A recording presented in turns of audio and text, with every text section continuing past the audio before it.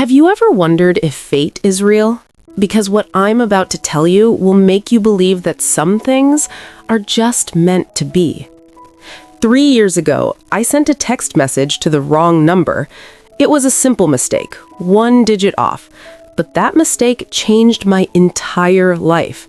This is the true story of how a stranger became my best friend, then my soulmate, and finally, my husband. Before we dive into this incredible story, if you love heartfelt, true love stories like this one, make sure to hit that subscribe button and turn on notifications so you never miss a story that might just restore your faith in love. It was a Tuesday evening in March. I had just gotten home from the worst day at work. My boss had yelled at me in front of everyone. I'd spilled coffee on my favorite blouse, and to top it off, I'd missed my train home. All I wanted to do was vent to my best friend, Sarah, so I grabbed my phone and started typing. I pressed send without double-checking the number.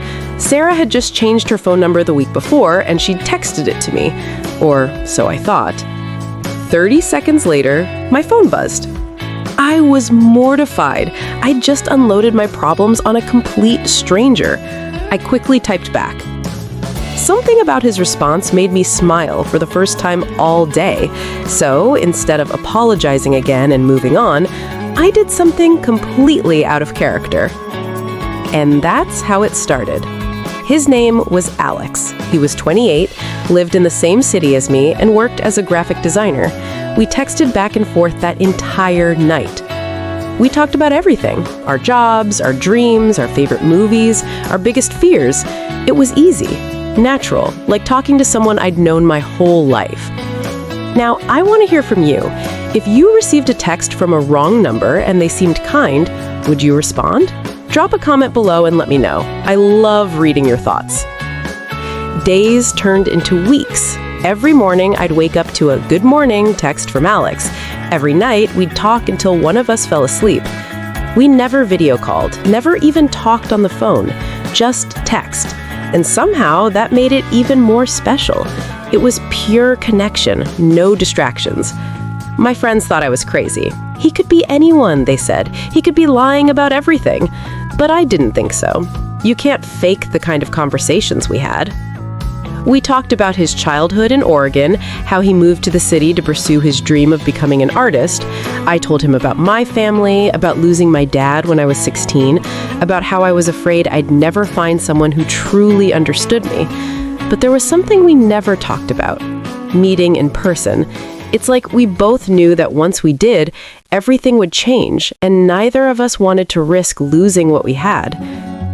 3 months after that first text, something happened that changed everything. I got news that my mom was sick, really sick.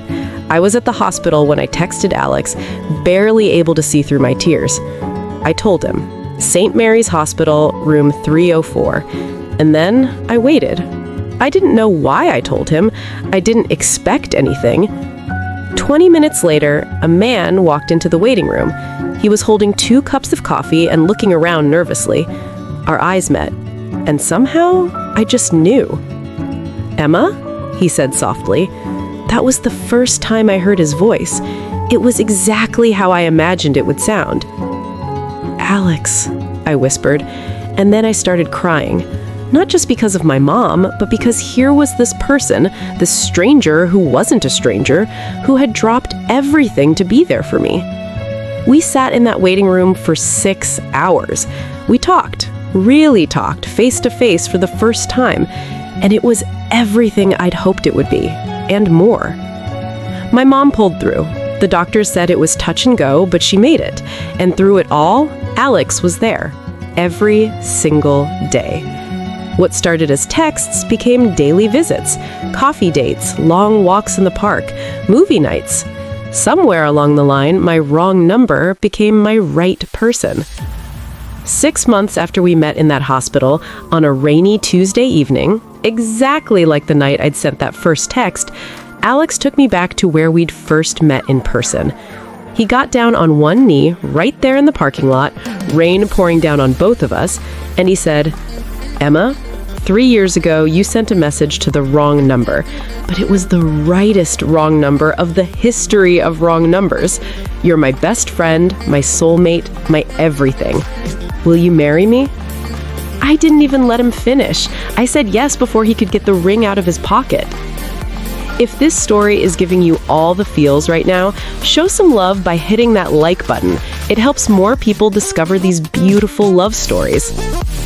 We got married last spring. It was a small ceremony, just close family and friends. My mom was there, healthy and beaming. And in my vows, I thanked the universe for making me type one wrong digit that Tuesday evening, because that one mistake led me to the love of my life. People always ask us, what if you hadn't texted back? What if he hadn't responded? What if you both just moved on? But I don't think about the what ifs. I think about the what is. And what is a life filled with love, laughter, and the certainty that sometimes the best things in life are the things we never planned for. Alex framed that first text message. It hangs in our bedroom, a reminder that love finds you in the most unexpected ways. And yes, we still text each other, even when we're in the same room. Old habits die hard. Now, I want to hear your story.